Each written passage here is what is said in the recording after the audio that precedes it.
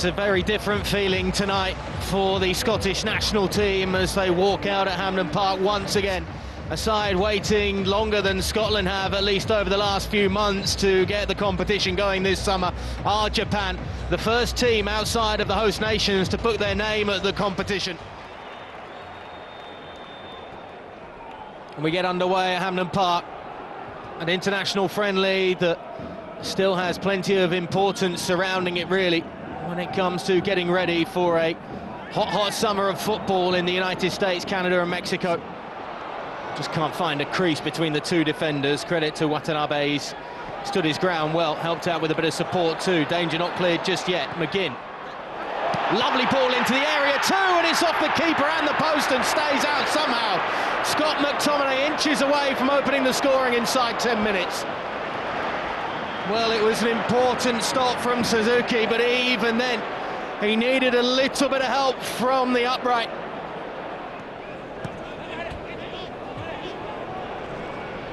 Suzuki, that's a delicate little through ball. Oh, it's off the top of the crossbar. No chance for Sano initially. It's a great stab at it by Tanaka. Has to quickly open up his body from a difficult position coming at it. It's as close as we've come to a breakthrough. Sano delivers. Watanabe with a free header on it was looking towards the official on the far side to see if the flag would be raised. A header straight into the grasp of Angus Gunn once again, who has been the busier of the two goalkeepers in the opening 45 minutes. Scott McTominay with the best chance for the host nation. He won't fancy crack at this one. McLean, McTominay and Ferguson all stood around it. It'll be the Napoli man who'll hit it, and it had to be tipped over as well from Zan Suzuki. Pretty decent strike, but I think it was always sailing over. Conway, happy to use his captain, who is very much happy to push forward. Oh, lovely touch as well from the Liverpool man. Super save from Zion Suzuki.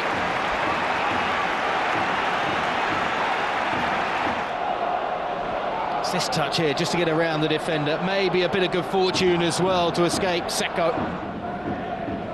Junosuke Suzuki making himself presence inside the penalty area. Junya Ito with the outswinger and into a pocket of space. It's a decent strike from the edge of the area as well, but I think Angus Gunn had it covered. Mitoma just standing away from the gaggle of bodies inside the box. It's a lovely nod across by Ueda. An even better run too by Ito in behind, who gets around the last defender. Still going Ito, and maybe tried to bite off more than he could chew. Waiting for the perfect moment to pull the trigger rather than testing Angus Gunn nice and early. And Ito gets the better of Hendry the first time, but not the second in the end.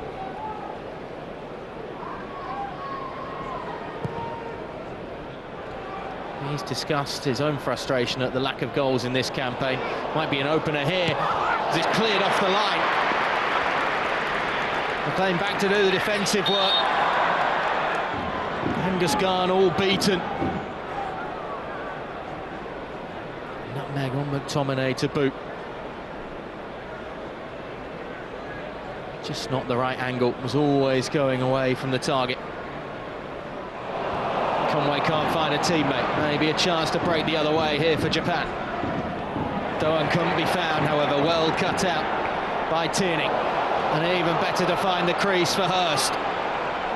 Still going, George Hurst! Many thought he found the back of the net.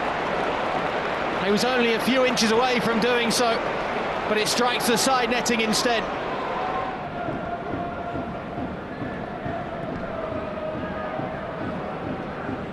Scored for his nation about 3 years ago, Taniguchi, in a friendly against El Salvador. And there might be a chance for them to finally get the opener here.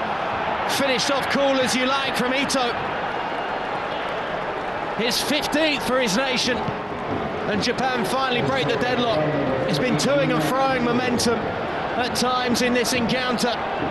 But the visitors have just turned up the heat in the last few minutes. It's wonderful close control.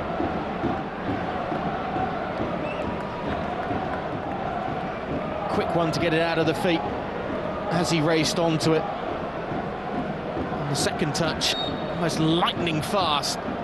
Just had to get something on it, and he did, and he got enough on it too.